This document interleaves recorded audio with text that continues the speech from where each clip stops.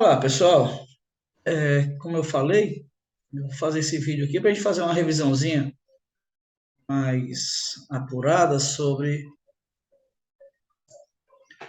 a nossa prova, né? Que vai ser na próxima semana. E espero que essas questões deem uma ajuda em algumas dúvidas que vocês possam ter na minha matéria, né? Vamos lá. A função real de variável real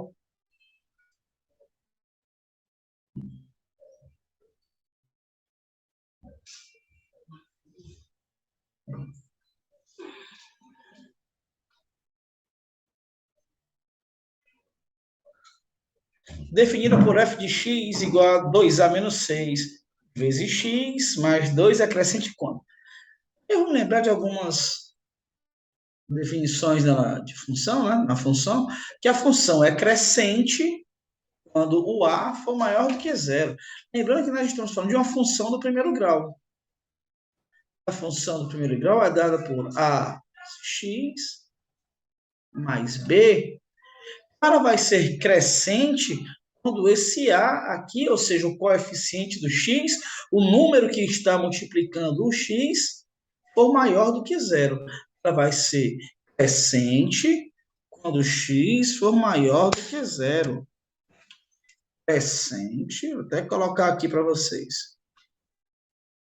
Ela vai ser crescente quando a for maior do que zero. Ela vai ser decrescente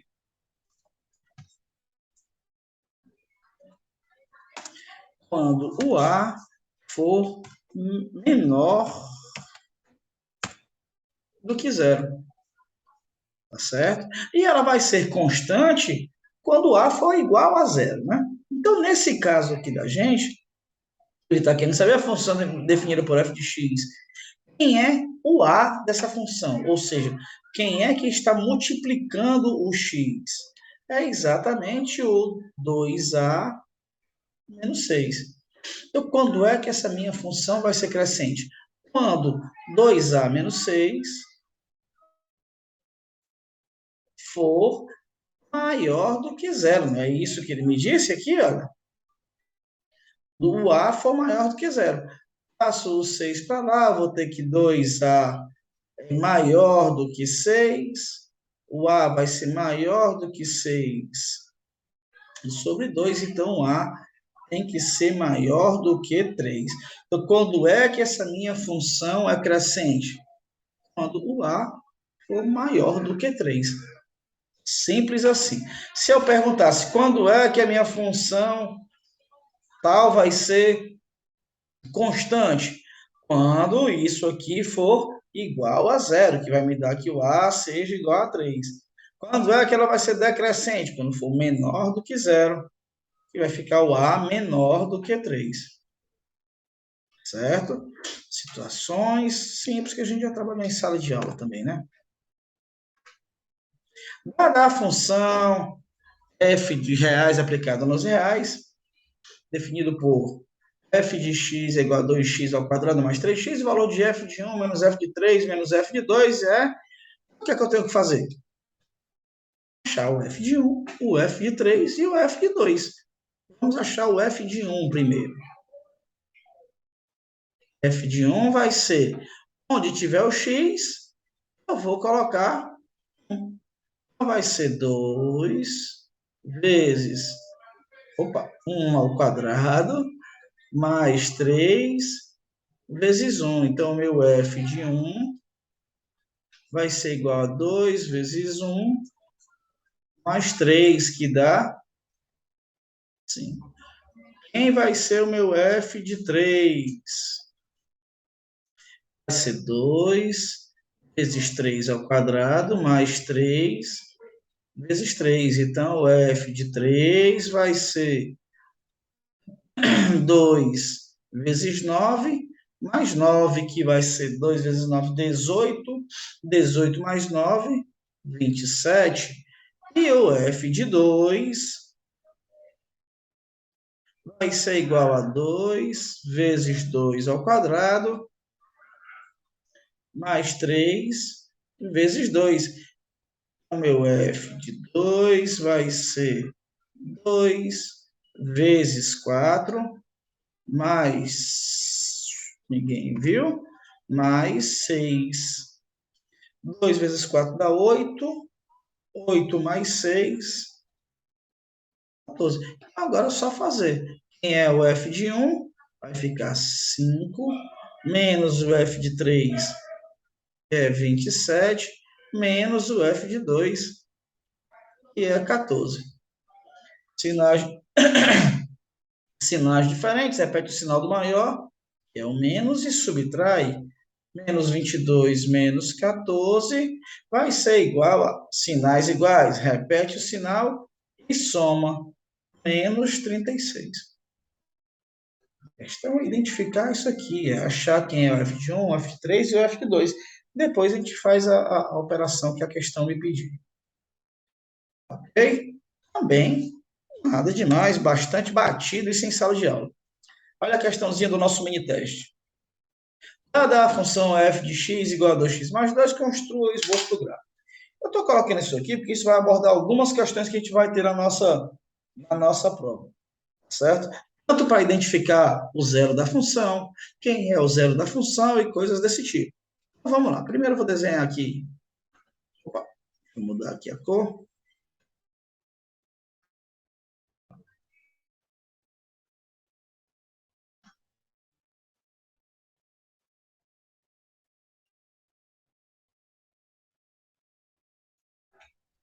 Bem retinho, só para tirar o olho grande de você para fazer as minhas retas tortas. Certo? Então, o que é que eu vou fazer? Primeiro passo, eu vou definir se ela é crescente ou decrescente. Essa função ela é crescente. Por que que ela é crescente? Porque o meu 2 aqui, o meu A, é positivo. Eu já sei que essa função ela é crescente. Próximo passo, eu vou achar o zero da função. Achar o zero da função é fazer a função igual a zero. Então, eu vou ter que 2x mais 2 igual a zero. 2x igual a menos 2, né? Passei o 2 para lá, ele vai negativo. Então, x é menos 2 dividido por 2, o x é igual a menos 1. Tá certo? Esse é o zero da função. O que é que o zero da função indica? O ponto de encontro da função com o eixo x, o ponto de encontro com o eixo x, que vai ser x igual a menos 1 e o y é igual a zero. Ou seja, ela vai passar bem aqui, olha, no ponto menos 1. A função vai passar e vai passar assim. Agora, o que é que eu vou descobrir? Qual é o ponto em que ela vai encostar aqui no y? Só para a gente poder fazer o nosso esboço do gráfico. O ponto de encontro com o eixo y vai ser o próprio b. Certo? Vai ser o x é igual a zero. O y vai ser igual a 2. Esse próprio número b aqui. No caso aqui, o 2. Então, eu vou fazer agora uma reta que passe por esses dois pontos.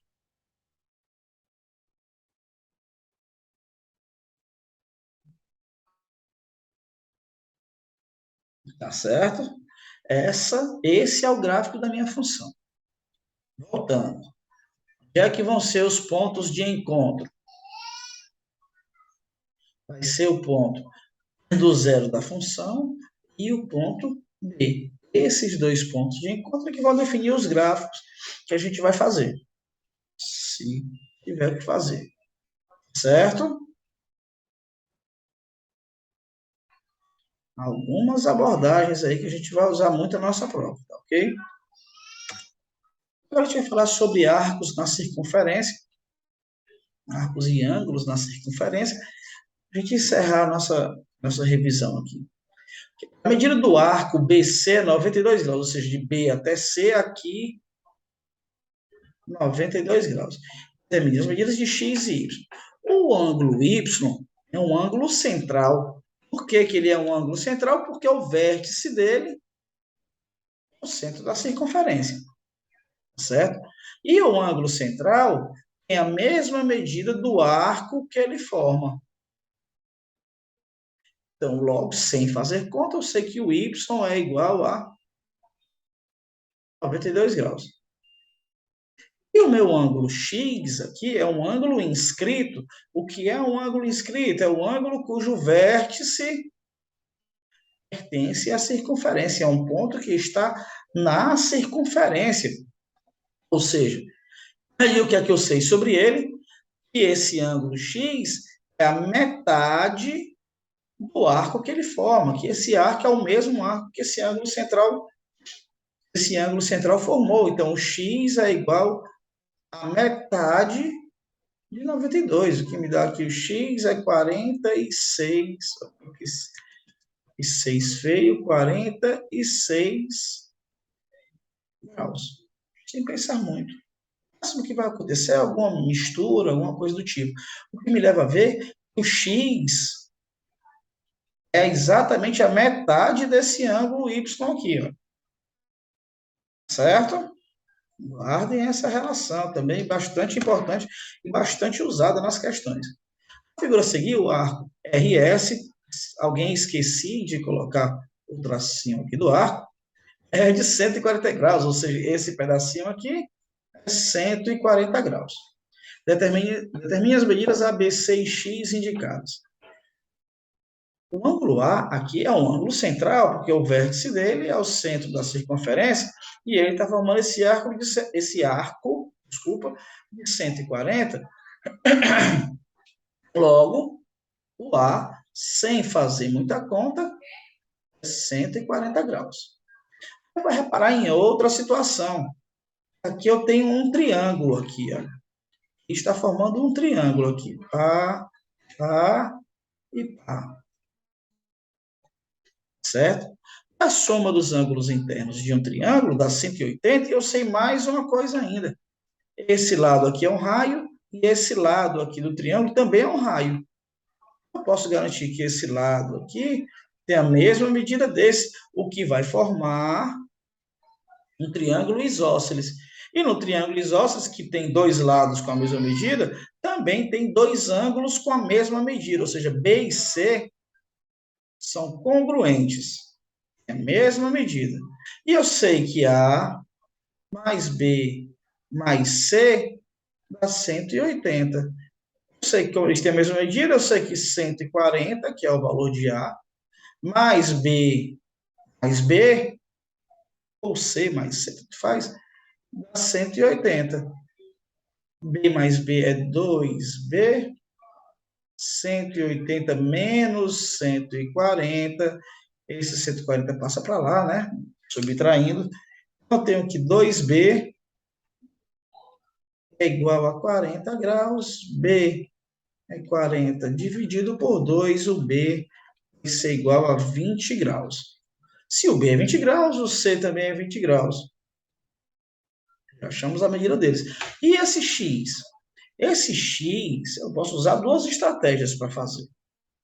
Esse ângulo aqui é 180, eu tenho que A X mais A vai ser 180 graus. A outra estratégia seria eu ir pelo arco, né, que é 140, então aqui vai ser 40 graus também. Certo? É uma outra estratégia apenas. X vai ser 180 menos A, X é 180 menos 140, o X igual a 40 graus. Certo? Porque isso aqui é 180 graus, isso aqui também é 180 graus. Ok, pessoal? Nossa prova não tem muito segredo não. Tudo que a gente estudou na sala de aula, só manter a calma, que vocês vão sair bem. Ok? Boa sorte e até semana que vem.